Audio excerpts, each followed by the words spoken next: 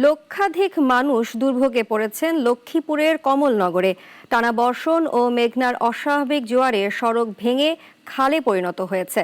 যোগাযোগের একমাত্র সড়ক হওয়ায় ভোগান্তিতে স্থানীয়রা। মোহাম্মদ সোহেল রানার রিপোর্ট, জানাচ্ছেন সুলতানা মরিয়ম।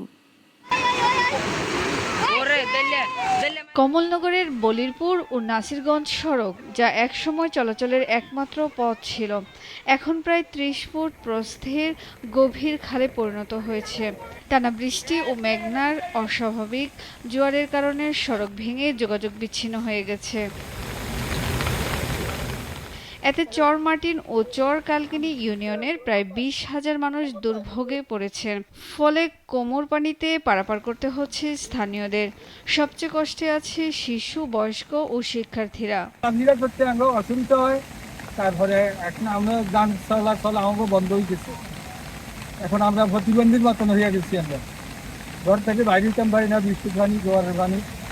দিকে চলাফেরা করতে আমাকে খুব কষ্ট। জোয়ার ভানি আঙ্গ রাস্তাগুলো সব ভাঙ্গি, আমরা যাইতে হইলেও অনেক জায়গা দিয়ে ঘুরে যাইতে হয়। বৃষ্টি আসলে রাস্তা ভাঙ্গি যায় এবং আমরা মাদ্রাসা যাইতে আসতে পারি না, এবার থেকে ওইবার যাইতে পারি না। রাস্তা ভাঙ্গি গেছে, কারেন্টের পিলার পড়ে যায়, তারপরে এই রাস্তা ভাঙ্গি এখান থেকে ভাঙ্গি হয়ে গেছে, রাস্তাটা চলাই গেছে।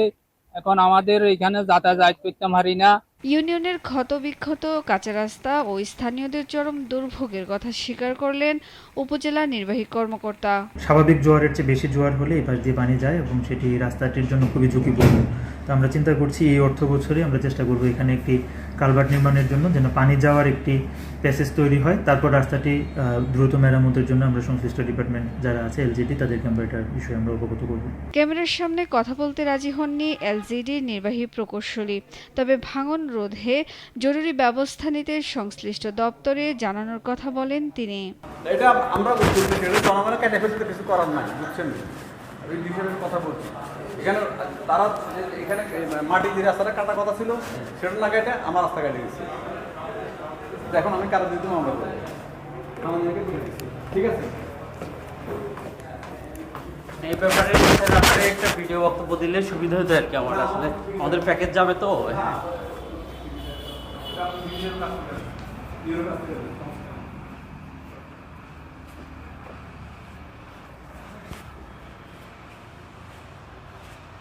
দুর্ভোগ কমাতে দ্রুতই প্রয়োজনীয় পদক্ষেপ নেবে প্রশাসন, এমনটাই প্রত্যাশা কমলনগরের বাসিন্দাদের।